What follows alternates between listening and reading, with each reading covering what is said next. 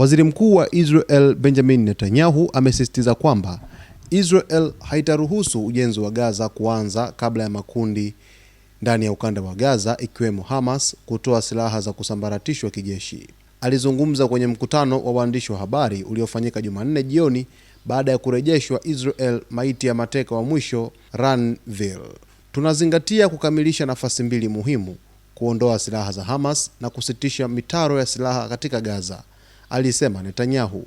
Waziri mkuu huyo alisema kuwa kurejesha mateka wote kutoka Gaza ni ushindi kwa Israel na aliashiria kuwa Israel itaendelea kudhibiti usalama wa Gaza na West Bank.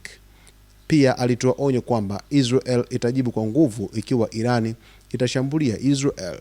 Netanyahu pia alipinga wito wa kufanyika uchaguzi wa mapema, akisema kuwa taifa lina hatari ya mgawanyiko wa kisiasa.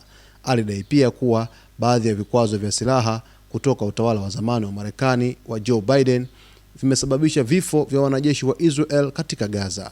Kuhusu mpango wa Marekani wa ujenzi wa Gaza, Netanyahu alisisitiza kuwa hatua ya Hamas ya kusalimisha silaha ni sharti la kuanza ujenzi. Hakuna mtu anayepaswa kudhani tutaruhusu ujenzi kabla ya Hamas kuweza kukabidhi silaha. Hiyo haitatokea, alisema. Alithibitisha kuwa kituo cha mpaka cha Rafah kati ya Gaza na Misri kitafunguliwa kwa watembea kwa miguu, lakini mizigo haiwezi kuingia hadi pale masharti ya mpango wa Trump yatafikiwa.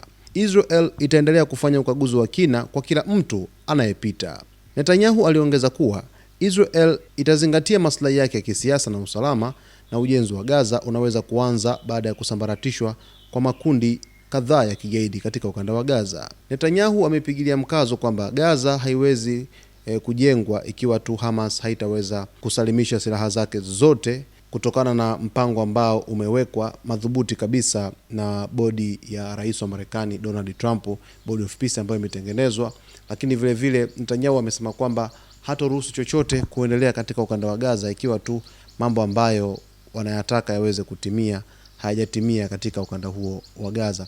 Sasa Netanyahu bado ameshikilia kidete katika ukanda wa Gaza, huku sasa hivi ripoti zikieleza kwamba kuna mashambulizi kadha wa kadha ambayo yamekuwa yakifanyika kwa jeshi la IDF la Israel kutekeleza mashambulizi hayo katika ukanda wa Gaza. Basi mtazamaji wetu wa Zone Media, tutakuletea taarifa nyingi zaidi zinazojiri huko katika ukanda wa Gaza. Cha msingi tu uendelee kuwa pamoja nasi kwa kusubscribe channel yetu, kulike, kucomment pamoja na kushare.